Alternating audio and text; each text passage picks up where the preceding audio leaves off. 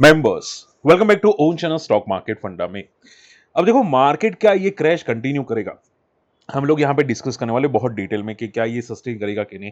And इसके अलावा बहुत सारी कंपनीज के रिजल्ट है। आई एम श्योर आप लोग टाटा मोटर्स के रिजल्ट जानना चाहते हैं कि कैसे हैं। ये सब डिस्कस करूंगा, काफी लोगों की क्वेरीज है।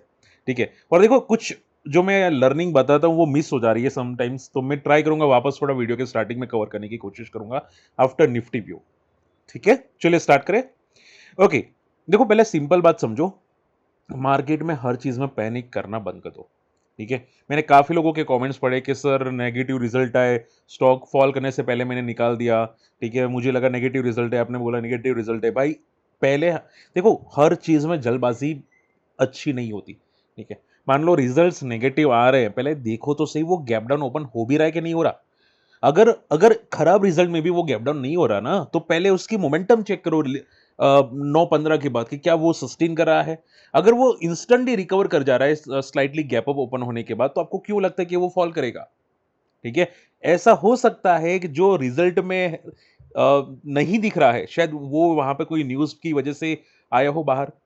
ठीक है, जैसे कि डिक्सन में हुआ, डिक्सन में रिजल्ट खराब थी, बाद में कुछ न्यूज आती हुई दिखाई दी कि उन्होंने यहाँ पे वीवो के साथ जॉइंट वेंचर करने की बात की है, विच इज वेरी पॉजिटिव। ठीक है, तो इंस्टेंटली डायरेक्ट देखो, कोई भी न्यूज आने पे आप लोग डायरेक्ट कॉल ऑप्शन ले ले, या फ्यूचर्स को शॉर्ट कर दे, या फलाना कर दे, ढिमकाना कर दे। इट्स टोटली मतलब प्रैक्टिकल नहीं है, समझो बात को। ठीक है, थोड़ा माइंड शांत रखो। हमेशा अगर ट्रेड करना हो, या आपको अपना आपको लगता है कि लॉसेस बढ़ सकते हैं, तो पहले देखो कि कैसा ओपन होता है। ठीक है, जल्दबाजी डेफिनेटली अच्छी नहीं होती। चलिए, अब निफ्टी की बात कर लेते हैं। निफ्टी की देखो क्लोजिंग डेफिनेटली बैड थी। मैंने आज ट्रेड किया था, अगर आप देखोगे तो निफ्टी ने यहाँ पे इन्वर्टेड हैमर बनाया। एक ट्रेड मैंने यहाँ पे किया था, दूसरा जो मैंने ट्रेड किया था वो ये वाला, यहाँ पे जो डी हाई पे मोमेंटम आने की कोशिश की, यहाँ पे जैसे ही हाई मोमेंटम हुआ, मैंने एक एंट्री करने की कोशिश की। ठीक है, मेरा एक एसएल यहाँ पे गया, मैंने तीसरा ट्रेड भी लिया था, वो एसएल यहाँ पे गया। मैं छोटी क्वांटिटी में पोजिशनल रखना चाहता था। मैंने यहाँ पे एंट्री की क्योंकि मुझे क्लियर दिख रहा था कि डब्ल्यू पैटर्न बन रही है। मैंने छोटी क्वांटिटी में पोजीशन लेके बैठ गया। मेरा एसएल यहीं पे हिट हुआ जब यहाँ पे ये फॉल आया। ठीक है, बट जैसे ही ये रेंज ब्रेक हुई, वापस मैंने एंट्री की और ये बहुत बड़ा मोमेंटम मैंने कैप्चर वापस कर लिया। ठीक है, तो हमेशा याद रखो, देखो 15 मिनट का चार्ट निफ्टी का बहुत सारी चीजें बोलता है। अगर इन्वर्टेड हैमर दिखे 15 मिनट के चार्ट के अंदर, इसके नीचे निफ्टी जाए, या कॉल ऑप्शन या पुट ऑप्शन जाए, तो मोमेंटम आ सकती है। सिंपल लॉजिक है, कोई रॉकेट साइंस नहीं है। ये बहुत बार मैं चीजें आप लोगों को बता चुका हूं। ठीक है, तो मॉर्निंग में इजी ट्रेड मिलते हैं, हाँ बाद में ट्रेड करना थोड़ा रिस्की हो सकता है। तो जो ट्रेड मिले मॉर्निंग में, उसको थोड़ा फोकस करने की कोशिश करो। इवन मैंने कल आपको बताया था, अगर मेरी वीडियो सुनते हैं, कि अगर मार्केट स्टेबल ओपन हुआ वो फॉल करेगा, तो आप देखोगे मॉर्निंग में बहुत अच्छा फॉल आया, 23,262 तक गया मार्केट। ठीक है, करीब करीब आप देखोगे 150 से 200 पॉइंट का फॉल आया। ठीक है, हालांकि शॉर्ट कवरिंग एक मार्केट में आती हुई दिखाई दी, बट मार्केट में वो शॉर्ट कवरिंग नहीं सस्टेन हुई।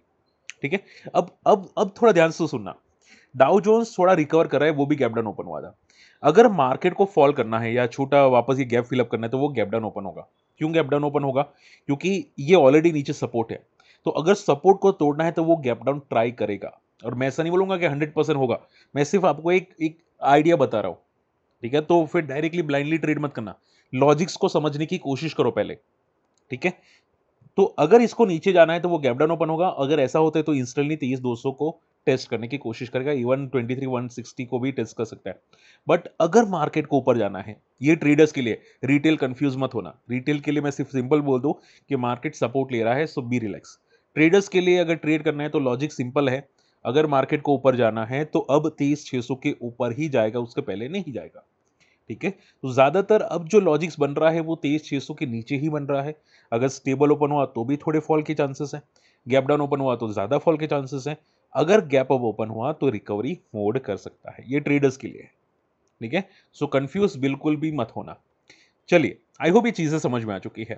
हालांकि डाउ जोन्स में देखो फॉल जो आया था, उसका ज्यादा कोई रीजन है नहीं। बेसिकली वही है कि भाई जो यूएस ट्रम्प जो कर रहा है वो अच्छी चीज़ नहीं कर रहा है, कि भाई रेट हाइक अभी भी हो रहे हैं, वहाँ पे इन्फ्लेशन बढ़ रहा है, वो सभी चीज़ें हैं। ट्रम्प अभी चाइना गया है। ठीक है, यानी कि इलॉन इलॉन मस्क और दूसरे कुछ प्लेयर्स को लेके गया है। कुछ आई थिंक बड़ी डील होने की बात हो सकती है। ठीक है, तो इसकी वजह से हो सकता है कि शायद डाउ जोन्स नीचे से रिकवर करता हुआ आपको दिखाई दे। बट आई डोंट थिंक कि अभी आपको सिर्फ अभी फोकस करना चाहिए यूएस मार्केट पे, क्रूड ऑयल पे, और रुपी जो डेप्रिशिएट हो रहा है उस पे, क्योंकि उस पे थोड़ा ज़्यादा नेगेटिव इस सिचुएशन आ रही है। और अगर स्ट्रीट ऑफ फार्मर्स थोड़ा बंद ज़्यादा रहता है तो मार्केट कंसोलिडेशन मोड ज़्यादा करेगा, वॉलेटाइल ज़्यादा रहेगा।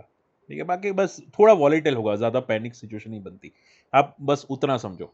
एफआई लगातार सेलिंग कर रहे हैं, एफआई नहीं आना चाहते, वो आप देख चुके हैं। 4,500 करोड़ की आज भी वीक वाली की है, सो ठीक है, चलेगा, आप कोई बोल सकते हैं। ओके, ये कौन सा चार्ट है मुझे गैस करके बताओ। ये डेली चार्ट है, कोई रिकमेंडेशन नहीं है, बट आप थोड़ा फोकस करना। हालांकि इसकी जो मोमेंटम है, इसमें नीचे वॉल्यूम्स दिख रहे हैं, बट चार्ट्स पे मोमेंटम देखो। ये छोटे छोटे जो डेली स्पाइक्स आपको दिखाई देता है, ये डेली चार्ट है, तो डेली स्पाइक्स ये बहुत छोटे हैं। ये क्या बता रहे हैं कि 2 से 3% की मोमेंटम ही आती है इसके अंदर पर डे में। ठीक है, बट तो भी स्लो एंड स्टेडीली पॉजिटिव ऊपर जा रहा है, स्लो एंड स्टेडीली। अब देखो इसका चार्ट देखो, एकदम स्लो एंड स्टेडीली पॉजिटिव जा रहा है, किसी को बोल के बिना जा रहा है, मतलब किसी को बता नहीं चाह रहा कि मैं जा रहा हूं ऊपर। ठीक है, रिजल्ट्स ऑलरेडी आ चुके हैं, रिजल्ट का 7 दिन कहा ये क्रॉस कर चुका है, और एकदम शांत मोमेंटम है। ठीक है, तो इसका मीनिंग पता है क्या होता है। हमेशा म्यूचुअल फंड वाले ऐसी एक ट्रिक करते हैं, क्योंकि म्यूचुअल फंड वाले बड़ी मोमेंटम नहीं करवाते, बड़ी मोमेंटम करवाते एफआई वाले। इंट्राडे में 7-7% मोमेंटम कर गया, महीने में, 2 महीने में, 3 महीने में डबल हो गया, वो एफआई ज्यादा करवाते हैं। ठीक है, बोलते हैं ढिंडोरा पीट के भागना स्टॉक को, वो बड़े प्लेयर्स करते हैं एफआई। म्यूचुअल फंड वाले शांति से भगाते हैं। ये जो ट्राई है ना, वो म्यूचुअल फंड वालों की मोमेंटम है। ठीक है, देखो जब भी थोड़ा वर्टिकल जाता है, सपोर्ट लेने आता है, वापस मोमेंटम कर लेता है। हालांकि स्लाइट वर्टिकल है, बट पॉजिटिव मोमेंटम है। ठीक है, तो देखो इसका मीनिंग क्या हो रहा है कि भाई ये ट्रेंडिंग स्टॉक है। अब ये कितना भागेगा पता नहीं, बट हाँ है ट्रेंडिंग स्टॉक्स, यानी कि यहां से बहुत बड़ी मोमेंटम ये कंटिन्यू कर रहा है। और शायद अब जब ये फाइनल मोमेंटम करेगा ना, तो बहुत बड़े बड़े स्पाइक्स करना स्टार्ट कर देगा। तो ये याद रखना। इन शॉर्ट में ये बिग बुल पैटर्न बना रहा है डेली चार्ट के अंदर, और बिग बुल है, ये कौन सा है वो आप जाके चेकआउट करना कि कौन सा स्टॉक है। ठीक है, ऐसा हो तो कमेंट में बताना, कोई रिकमेंडेशन नहीं है। ठीक है, चलिए ओके, बात करते हैं भारतीय एयरटेल की। नंबर्स देखो खराब नहीं है, टेंशन मत लेना। नंबर्स डेफिनेटली आप बोले कि सर फॉल हुआ है 34% का प्रॉफिट। ठीक है, प्रॉफिट जो आया था 7,300 करोड़ का, जो अनुमान से कम आया है। अब इसका रीजन आई थिंक कुछ एक्सटर्नल बोलते हैं ना, कुछ हो सकता है कि टैक्सेस बढ़ा दिए हो, टैक्सेस की वजह से हो, या वन टाइम लॉसेस हो, इसकी वजह से हो। बाकी मैंने प्रॉफिट दिखा है ना कंपनी का, ऑपरेटिंग प्रॉफिट ज्यादा अच्छा है। ठीक है, तो ये नेट प्रॉफिट है, ऑपरेटिंग प्रॉफिट ज्यादा बेटर है। अब ये एक्स्ट्रा चार्जेस की वजह से क्यों फॉल हुआ, आई मीन इनका प्रॉफिट क्यों फॉल हुआ नहीं पता, वो थोड़ा डिटेल में देखना पड़ेगा। ठीक है, कंपनी की अगर बात करने जाए तो इन्होंने बहुत अच्छे सब्सक्राइबर्स ऐड किए हैं, 5.8 मिलियन सब्सक्राइबर्स ऐड किए हैं। रेवेन्यू आप देखोगे 37% से बड़ा है ईयर टू ईयर बेसिस पे। और ये लोग और प्राइस हाइक करने वाले हैं, जिनको नहीं पता है बताना चाहूंगा। ठीक है, अब आई थिंक दिसंबर में मंथ में वापस प्राइस हाइक होगी। डिजिटल टीवी का भी रेवेन्यू बहुत अच्छा आ रहा है, 747 करोड़ का। कैपिटल एक्सपेंडिचर कंपनी कर रही है, इट्स ओके। और आप देखोगे कंपनी ज्यादातर एक्सपेंशन कर रही है 5G and 6G roll out के अंदर। ठीक है, तो शॉर्ट एंड सिंपल में चीज ठीक है। नंबर स्लाइटली वीक है, but I don't think panic है situation, because one time I think adjustment हो सकता है। सो चार्ट्स में क्या बता रहा है, एयरटेल चार्ट्स में क्या बता रहा है। एयरटेल चार्ट्स में ये बता रहा है कि मंथली चार्ट पे थोड़ा ज्यादा वर्टिकल भागा है। देखो सी, ऐसी मोमेंटम हमेशा रडार पे रखनी चाहिए। मंथली चार्ट पे स्टॉक कौन भाग रहा है ना, वो आपको देखना चाहिए। मैं सच्ची बोला, मजाक नहीं करा। ऐसी स्मूथ मोमेंटम बहुत कम स्टॉक में दिखती है, मंथली चार्ट में बहुत कम दिखती है। आप पूछे सर ये फाइंड आउट कैसे करें, तो मैंने आपको फ्री स्क्रीनर, अगर आपको पता है, मैंने प्रोवाइड किया था। ठीक है, यहाँ पे एक फ्री स्क्रीनर प्रोवाइड किया था। उसमें आप चेकआउट करो कि कौन सा स्टॉक 3 महीने में पॉजिटिव मोमेंटम किया है, हर महीने पॉजिटिव मोमेंटम किया है, और कम से कम 20% की मोमेंटम दी है। क्या क्या मैं बोल रहा हूं, ध्यान से सुनो। कौन सा स्टॉक 3 महीने में 20% की मोमेंटम की है और हर महीने पॉजिटिव रहा है। अगर आपको ये कंडीशन में भी प्रॉपर ना मिले, तो 6 महीने की कंडीशन लो। 6 महीने में भी देखो कि कौन सा स्टॉक का मोमेंटम 10% से ज्यादा है। आप समझ में आ रही है बातें। तो ये जो कंडीशन है वो डालने की कोशिश कर रहा हूं, आई एम श्योर आपको प्रॉपर रिजल्ट मिलेगा। ठीक है, तो ऐसे स्टॉक वहां से फाइंड आउट किया जाता है, आपके पास स्क्रीनर होना चाहिए। मैंने आपको बहुत सारे स्क्रीनर बना के दिए हैं, हमारे कम्युनिटी मेंबर्स जो है ना, उनके पास भी है ऐसे स्क्रीनर्स। तो फाइंड आउट करो, आपको बहुत सिंपल पैटर्न मिल सकती है। ठीक है, अभी के लिए स्टॉक में जो सपोर्ट दिख रहा है वो 1600 का है, ऊपर रेजिस्टेंस 2200 का है। अब देखो, अगर मान लो फॉल होता है तो यहाँ पे एक सपोर्ट लेने की कोशिश कर सकते हैं, एक 1700 पे, एक 1600 पे। ठीक है, बट देखो सेक्टर ग्रोइंग वाला है, और इसमें कोई नया प्लेयर तो आएगा नहीं, तो पैनिक में है ही नहीं सेक्टर। टाटा मोटर्स के रिजल्ट्स, मैं सच्ची बोलूं तो नंबर्स पॉजिटिव है। प्रॉफिट 24 बिलियन का है, जो पिछले साल 14 बिलियन का था। तो आप यहाँ में नंबर्स देख सकते हैं। सी डेफिनेटली बहुत अच्छे नंबर्स है। 2400 करोड़ का जो प्रॉफिट है, पिछले साल 1400 करोड़ का था। तो नंबर्स डेफिनेटली पॉजिटिव है टाटा मोटर्स कमर्शियल व्हीकल के। अब देखो, सिर्फ सिंपल बात यह है कि सर रिजल्ट तो अच्छे हैं, क्या ये सस्टेन करेगा? No idea. ठीक है, आप लोग डायरेक्टली ब्लाइंडली घुसो मत कि भाई अच्छे रिजल्ट है तो वो पॉजिटिव ही रहेगा। ठीक है, क्योंकि टाटा मोटर्स में मैंने देखा है, समझो बात को। देखो, टाटा मोटर्स ने बहुत बार ऐसा किया है, जब ये 90 पे था स्टॉक की प्राइस, जब मतलब नॉर्मल जो स्टॉक था ना पहले, टाटा मोटर्स वाला, जब दोनों कंपनी सेम थी, तो उस टाइम कंपनी तगड़े लॉसेस पेश कर रही थी, बट कमेंट्री अच्छी आती थी तो स्टॉक भागता था, मोमेंटम करता था। ठीक है, तो हमेशा याद रखो कि टाटा मोटर्स को रिजल्ट पे जज मत करो, टाटा मोटर्स की कमेंट्री पे जज करो। अभी कोई ज्यादा अच्छी कमेंट्री आई नहीं है, बट कमेंट्री आएगी, उसके बाद क्लियर आइडिया आएगी। ठीक है, तो रिजल्ट्स डेफिनेटली पॉजिटिव है, और ये जो ग्रो आ रहा है ना कमर्शियल व्हीकल का, बहुत स्ट्रांग है, अनडेफिनेटली बहुत स्ट्रांग है। इसमें कोई पैनिक का सिचुएशन बनता नहीं है। ठीक है, और ये जिस तरह से ग्रो कर रहा है ना, सेम लाइक मारुति सुजुकी, तो एक बार देखते हैं यहाँ पे मोमेंटम कैसी रहती है, सस्टेन करता है कि नहीं, वो हम लोग बाद में डिस्कस करेंगे, बट डेफिनेटली नंबर्स अच्छे हैं। पारस डिफेंस की बात करते हैं, नंबर्स तोड़ो फोड़ो भाई, क्या मुझे ऐसा लगता है बहुत कम डिफेंस कंपनी से जो इतने अच्छे रिजल्ट पेश करती है। प्रॉफिट 28 करोड़ से सीधा 42 करोड़, एंड इबिट्टा बहुत अच्छा जंप आया है। इबिट्टा में, सेल्स में भी डेफिनेटली जंप है 100 से 170 करोड़ की। आई थिंक मार्केट में शायद बड़े प्लेयर्स को एक्सपेक्टेड होगा कि इतना अच्छा रिजल्ट आ सकता है, और उसी की वजह से ये फॉल नहीं कर रहा था। ठीक है, अब बड़े प्लेयर्स के हिसाब से पता नहीं ये अच्छे हैं कि नहीं, बट हाँ, ग्रोथ तो है डेफिनेटली रिजल्ट्स में। इसमें देखो एक बात ध्यान रखना कि स्टॉक थोड़ा वॉलेटाइल है। आप देख सकते हैं, देखो 2 महीने कितना वर्टिकल मोमेंटम करता है, और नेक्स्ट 2 महीने में सीधा क्रैश हो जाता है। देख रहे हैं? तो हमेशा याद रखो कि ऐसी कंपनीज में वॉलेटिलिटी जहां हो ना, वहां पे कुछ भी तगड़ा करोगे ना, फंसने के चांसेस है। यानी कि स्टॉक को संभलने दो। ऐसा मत सोचो कि भाई ये 2 महीना पॉजिटिव होगा, नेक्स्ट 2 महीना भी पॉजिटिव होगा। आई बात समझ में? पहले भी ये कर चुका है, देखो पहले भी ये कर चुका है, सेम चीज है। ठीक है, सो अभी रिजल्ट अच्छे है, डेफिनेटली देखते हैं। इसका एक रेजिस्टेंस है 900 से 1000 का, और नीचे सपोर्ट है 600 का। दोनों में से कौन सा पहले ब्रेक करते हैं, उसके बाद क्लियर आइडिया आएगी। बाकी हाँ, डेफिनेटली रिजल्ट अच्छे हैं। केन्स टेक्नोलॉजीज, मुझे किसी ने कमेंट करके पूछा था, सर केन्स के कैसे नंबर्स है? देखो केन्स के नंबर्स ऑन अ, देखो मिक्स नंबर्स है, इसको मैं ज्यादा नेगेटिव नहीं बोलूंगा, पॉजिटिव नहीं बोलूंगा। एक चीज मुझे केन्स की पसंद आई, क्योंकि केन्स ने पिछली बार बहुत तगड़ा फॉल किया था। अगर आप ध्यान से देखोगे, यहाँ पे डबल टॉप बनाने के बाद बहुत तगड़ा फॉल किया।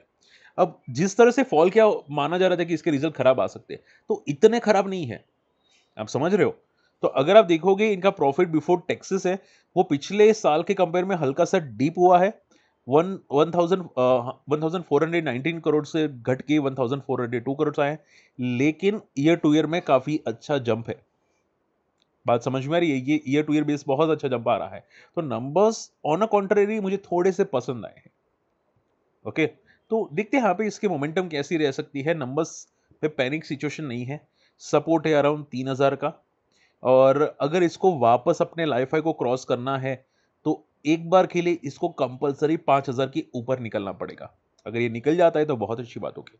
ठीक है, तो पैनिक सिचुएशन नहीं है, बस आप समझो इसको पैनिक करके गिराया गया है। ये बात समझ में आई? चलिए, एल टी टी एस, सी नंबर्स डेफिनेटली बहुत पॉजिटिव है। सेल्स में सिर्फ 8% का ग्रोथ है, बट नेट प्रॉफिट 23% का ग्रोथ है। ओके, एलटीटीएस का अगर चार्ट देखे, चार्ट थोड़ा नेगेटिव है, बट रिजल्ट्स इतने भी नेगेटिव नहीं है। ठीक है, पैनिक पैनिक नहीं है, के लिए रेडी हो जाएगी। तो 4500 से लेके 3000 एक बहुत बड़ी रेंज है। ठीक है, कौन सी टूटती है उसके बाद एक बड़ी मोमेंटम आएगी, या तो अपसाइड पे या डाउन साइड पे। ठीक है, चलिए, तो ज्यादातर चीजें मैं कवर कर चुका हूं। फटाफट आप लोगों की क्वेरीज ले ले। सर मैं नया सब्सक्राइबर हूं, ग्रो इन तेजस ट्रेडर में क्या हो आप बता सकते हैं? ओके, मैं आपको लॉजिक्स बता देता हूं कि अभी तक क्या हुआ ग्रो में। तेजस नेटवर्क में देखो, समझो बात को, तेजस नेटवर्क में ज्यादातर जो पैनिक्स था वो खत्म हो चुका है, क्योंकि ऑलरेडी बहुत ज्यादा क्रैश हो चुका है। ठीक है, अब अगर कंपनी नया ग्रोथ करती है, नए ऑर्डर्स लाती है, तो वापस ही रिकवर कर जाएगी। तो जितना खराब था ना तेजस में, वो ऑलमोस्ट कंप्लीट हो चुका है। हाँ, थोड़ा वॉलेटाइल हो सकता है, ऐसा नहीं बोलूंगा वॉलेटाइल नहीं होगा, वॉलेटाइल हो सकता है, बट पैनिक ऑलमोस्ट खत्म हो चुका है। ठीक है, बट टाइम ले, हो सकता है कि भाई जल्दी चला जाए, हो सकता है टाइम ले। ठीक है, रही बात ग्रो की, तो अभी किसी बड़े प्लेयर्स ने इसमें बिकवाली की थी, और मैंने ऑलरेडी डिस्कस किया था। तो देखो, बड़े प्लेयर्स की बिकवाली है, डेफिनेटली तो दूसरे बड़े प्लेयर को पता चल जाती है। बट अगर स्टिल वो स्टॉक फॉल कर रहा है ना, यानी कि ग्रो को अभी के लिए कोई लेना नहीं चाहता, टेम्पररी, ऐसा नहीं कि खराब है बट टेम्पररी, तो इसकी वजह से ये शांति से पड़ा है, ठीक है, फॉल होने के बाद। तो बस ज़्यादा सीरियसली मत लो, टेम्पररी होती है चीज़ें। अगर कंपनी अच्छी है ना, तो ऐसे बिक वाली सेल करने वाले बहुत आते हैं। टाटा मोटर्स में भी बहुत सारे लोगों ने सेल किया था, ठीक है। वो भी कौन से लेवल पे पता है? ₹100 पे, ₹200 पे, और उसके बाद आज 700 पे जाता हुआ दिखाई दिया। सो बी रिलैक्स, हर चीज़ में पैनिक नहीं होता, ठीक है। यूपीएल की बात करते हैं। नितिन यादव जी का क्वेश्चन था, सर मैं एक ही ले पाऊंगा आपकी क्वेरीज। यूपीएल में आई थिंक मैंने देखा था कि शायद रिजल्ट के बाद फॉल आया। देखो, हर केमिकल कंपनीज पॉजिटिव नहीं होती। इसके रिजल्ट्स अगर मैं बात करने जाऊं, इसके रिजल्ट डेफिनेटली स्ट्रांग आए हैं, बट शायद ऐसा लगता है कि ये बड़े प्लेयर्स को पसंद नहीं है, मे बी इसकी वजह से फॉलो हो, या कमेंट्री नेगेटिव हो, ठीक है। तो आपको अभी क्या ध्यान में रखना है यूपीएल के अंदर? यूपीएल के अंदर आप देखोगे लाइफाई के आसपास ही ट्रेड कर रहा था पहले, ठीक है। अब इसका सपोर्ट है अराउंड, मैं आपको बोलूं तो प्रॉपरली सपोर्ट है 500 के आसपास, जो अगर इतने स्ट्रांग रिजल्ट है ना, तो चांसेस कम है कि नीचे आए, ठीक है। इतने स्ट्रांग रिजल्ट पे नहीं आता। हाँ, छोटे मोटे आपको उल्लू बनाता है साइडवेज होने की वजह से, बट नीचे नहीं आता। आपको सिर्फ ये ध्यान में रखने की 800 कब आता है, 800। जैसे ही 800 ब्रेक करेगा ना, अब ये ब्रेकआउट मोड पे चला जाएगा, ठीक है। तो ये क्या करेगा, अभी के लिए साइडवेज ज़्यादा रहेगा, और जैसे ही म्यूचुअल फंड वाले आएंगे वापस भाग जाएगा। और अगर इतने अच्छे रिजल्ट आते हैं ना, तो ज़्यादा टाइम स्पेंड नहीं करेगा एक रेंज में, याद रखना। अगर इतने तोड़ो फोड़ो रिजल्ट आते हैं ना, या आज नहीं तो कल भाग जाएगा ये, बट देखते कब भागता है। ओके, चलिए, तो ज़्यादा हर चीज़ में पैनिक मत करो यार। ओके, यूपीएल बता दिया। सुंदर किसी ने कुछ पूछा था, संदूर, ओके। ये संदूर मैंगनीज है या दूसरा कोई है? क्योंकि आपका नाम मैंने यहाँ पे सर्च किया था, तो यहाँ पे अलग कोई कंपनी आई थी, और आपका शायद क्वेश्चन होगा संधू माँ पे। आई डोंट नो कि आप कौन से कंपनी की बात करें, बट अगर देखो आपने संधू माँ की बात की होगी, तो इसमें एक चीज याद रखना कि अभी आई थिंक मेटल्स में कंपनी में रैली आई थी आज के दिन के अंदर, इसमें पता नहीं कितनी आई होगी, बट आज रैली आई थी। और टेम्पररी रैली हो सकती है, बिकॉज गवर्नमेंट ने मेटल प्राइसेस में जो आपने देखा है ड्यूटी बढ़ा दी है, तो इनको बेनिफिट मिलेगा, ठीक है। टेम्पररी रैली हो सकती है, तो इसकी रैली 2-4 दिन देखो कि क्या ये सस्टेन हो रही है कि नहीं हो रही, ठीक है। आज भले रैली आई है, बट अगर 1-2 दिन सस्टेन नहीं करती ना, तो फेड आउट हो जाती है। और कभी कभी टेम्पररी न्यूज़ पे पुल बैक हो जाते हैं स्टॉक्स, ऐसा मैंने आपको बहुत बार पहले बोला है। तो 1-2 दिन देखो इसको, ठीक है। अगर 1-2 दिन नहीं देखना है, कल दोपहर तक देख लो, 12 बजे बाद, अगर 12 बजे के बाद भी डी हाई पे रहता है तो पॉजिटिव। लॉजिक समझ में आ रहा है? ओके, संदूर मैंगनीज ही आपने बोला, यानी कि संदूमा। ओके, आईएफएल फाइनेंस किसी ने पूछा था, लास्ट क्वेरी है। आईएफएल फाइनेंस, देखो ये सेम कंपनी से थोड़ा वॉलेटाइल है, स्मूथ कंपनीज बहुत कम होती हैं, लाइक पॉलीकैब, या बहुत कम ऐसी स्मूथ मोमेंटम आती है। इसके रिजल्ट्स में भी ग्रोथ है, बट हल्का सा ग्रोथ है, तो इसमें वॉलेटिलिटी आपको दिख सकती है। ये बंदा पता है क्या करता है, आईएफएल, ध्यान से सुनना, ये बंदा जब भी बॉटम पे आता है ना, पुल बैक कर लेता है। ये बॉटम पे नहीं रहता, क्यों? क्योंकि रिजल्ट स्ट्रांग आते हैं, ऊपर बड़े प्लेयर्स जाने नहीं देते इसको, ठीक है। तो हमेशा बॉटम पे आता है ना, ये सपोर्ट लेके वापस बाउंस बैक कर लेता है। ये हर बार होता है, इसका नॉर्मल है। बट ये मंथली चार्ट है, तो थोड़ा थोड़ा करके भागेगा ऐसा, ठीक है। तो कंपनी स्ट्रांग है, पैनिक नहीं है। सपोर्ट है अराउंड 400 से लेके 300, यहाँ के आसपास आने पे जनरली ये बाउंस बैक करता ही है। ओके, चलिए, होप आज का वीडियो समझ में पसंद है। फ्री टेलीग्राम चैनल को ज्वाइन करना मत भूलिएगा। म्यूचुअल फंड में लमसम जब करना है, मैं आपको अपडेट कर दूंगा, तो प्लीज ज्वाइन कर लेना। म्यूचुअल फंड वाले फिर ऐसा मत कहना कि जैसा ने बताया नहीं था कि यहाँ पे म्यूचुअल फंड में एवरेज करना है कि नहीं करना, ठीक है। मैं म्यूचुअल फंड डिस्ट्रीब्यूटर हूँ, आपको बता सकता हूँ। ओके, मिलते हैं अगले वीडियो में, बाय।